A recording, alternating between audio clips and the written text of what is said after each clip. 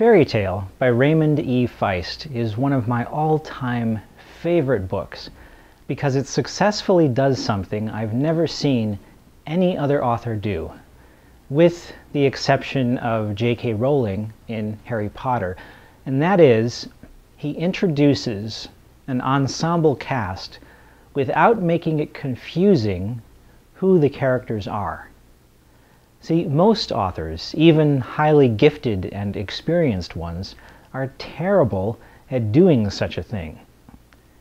The story of Faerie Tale is a dark urban fantasy mixing Celtic fairy lore and a young 20th century family who move into a country home in upstate New York next to enchanted woods. Now, I have long maintained the thing which makes stories wonderful is the telling. A great story idea, told terribly, is not a great story.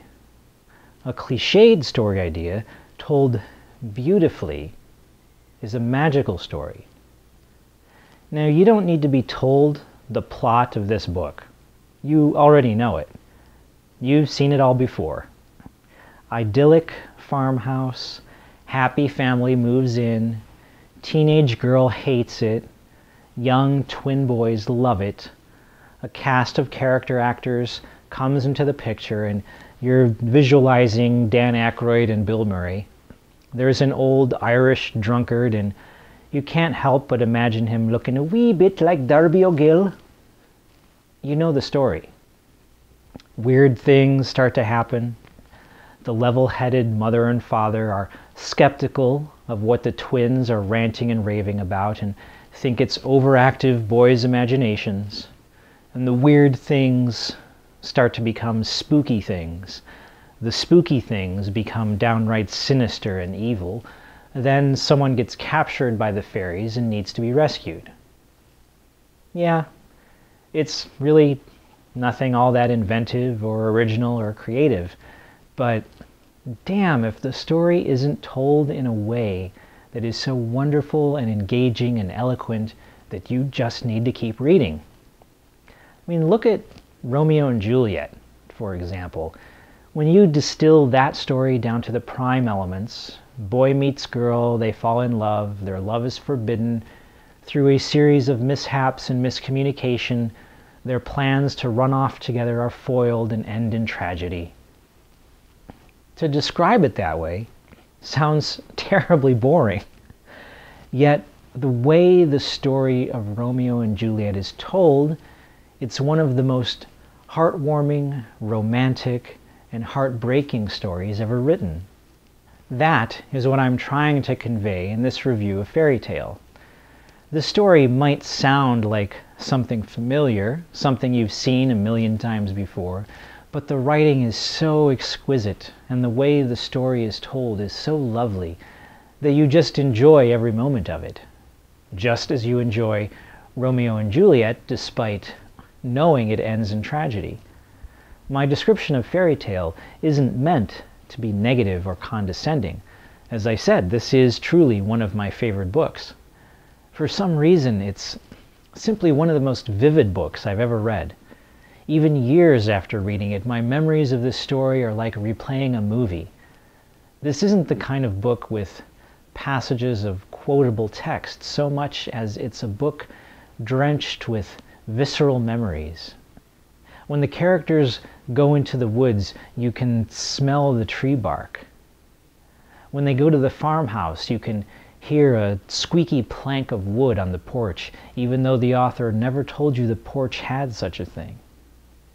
You hear the peal of summer wind chimes. You see the golden light trickle down a blade of grass and firefly sparks. When you read Faerie Tale, you are there. You don't read this story, you live it. The interesting thing about author Raymond E. Feist is he only writes books that are part of a series. He has written 10 book series, ranging from duologies to tetralogies, and Faerie Tale remains the only standalone book he has ever published. Faerie Tale is also the only urban fantasy novel he has ever written. All the other Raymond E. Feist books are pure high fantasy novels of swords and sorcery. Now, that may seem irrelevant, but as an author myself, I believe this is significant. Breaking out of writing the same kind of novel more than 30 times is going to give you something fresh, new, exciting. I've never met Raymond E. Feist, never spoken to him, but nevertheless, I am confident to say, as a fellow novelist, this book inspired him in a way nothing else ever had. He finally found himself in unexplored territory, and I'm positive that had to be thrilling for him. And I think his enthusiasm shows within the pages. Now, as a lover of dark fairy tales, the theme of which is very dominant in my own duology, The Vampire Noctuaries, this book is not entirely accurate to traditional fairy folklore. Raymond E. Feist conforms to about 70% of traditional stories, and the other 30% seems to be entirely made up.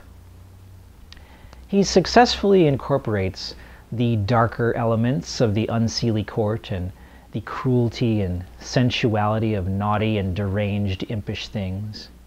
He is accurate about moving days and some fairy charms and glamours, and those elements of the story are enchanting for readers who will understand the references. Those of you who are steeped in fairy myth and know a lot about it might find some elements of fairy tale a little annoying, because you'll know, according to tradition, fairies might not behave this way or that. However, most people are only casually aware of Celtic fairy mythologies. Those of you who don't know anything about fairies beyond A Midsummer Night's Dream and a few Disney movies won't notice how much is kind of skewed in fairy tale. This book, as I have twice reiterated, is one of my favorites of all time. The story is compelling, the characters are vividly realized, the setting comes to life, the scary parts make shadows move in the corner of your bedroom late at night, the atmosphere permeates from make-believe pages into the very air you breathe. Fairy tale is a magical story in the best sense of the phrase. When you're looking for a book to take you out of your boring and mundane world and deliver you into a place that skirts the line between dream and memory, walk the pages of fairy tale, and you will find yourself on a path where you have always belonged. Just beware of the bad things. They'll be watching you. Thank you so much for watching this, and until next time, keep speaking English, America.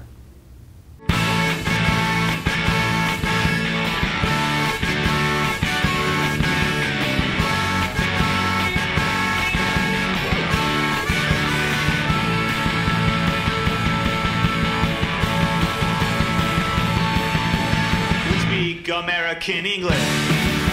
We speak American